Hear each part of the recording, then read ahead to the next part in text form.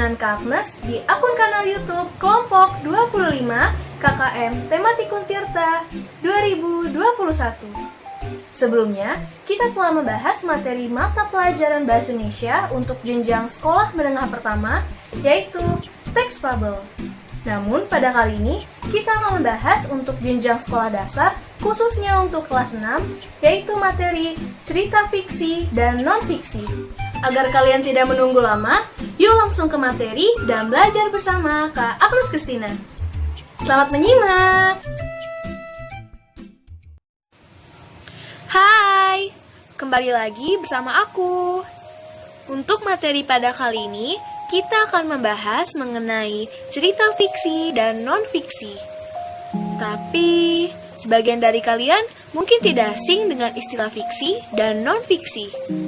Sebelum menjelaskan lebih dalam, aku akan menjelaskan mengenai istilah cerita dulu ya. Kalian pasti pernah kan bercerita bersama teman atau keluarga kamu? Misalnya tentang pengalamanmu saat liburan, atau bercerita tentang kegiatan sehari-hari kamu. Nah, kedua contoh tersebut termasuk sebagai cerita. Oleh karena itu, pengertian dari cerita sendiri adalah susunan dari beberapa kalimat yang mengisahkan atau menjelaskan sesuatu. Selain itu, cerita sendiri terbagi menjadi dua macam. Yang pertama, ada cerita fiksi dan juga non-fiksi. Yang pertama, ada cerita fiksi. Pengertian dari cerita fiksi yaitu cerita yang isinya berdasarkan imajinasi atau hayalan pengarang. Artinya, cerita fiksi ini tidak membutuhkan pengamatan dalam kehidupan nyata pada kepenulisannya. Karena cerita fiksi sendiri hanya berdasarkan imajinasi dan pengarang si penulis.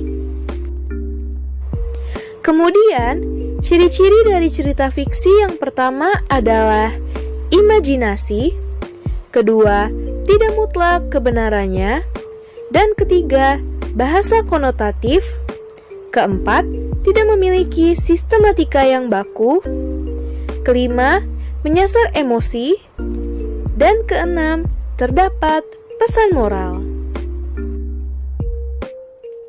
Contoh dari cerita fiksi antara lain adalah novel, dongeng, puisi, hikayat, cerpen, komik, mitos, fabel, dan juga drama.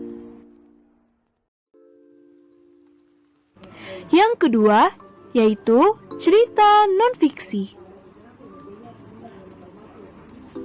Pengertian dari cerita non-fiksi sendiri adalah cerita yang isinya berdasarkan kejadian nyata. Cerita non-fiksi bersifat informatif atau mengandung informasi.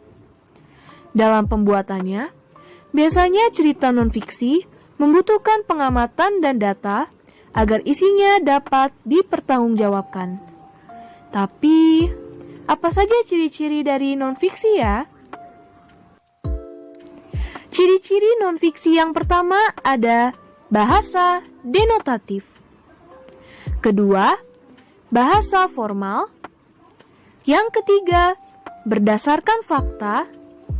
Keempat, penyempurnaan temuan sebelumnya atau baru.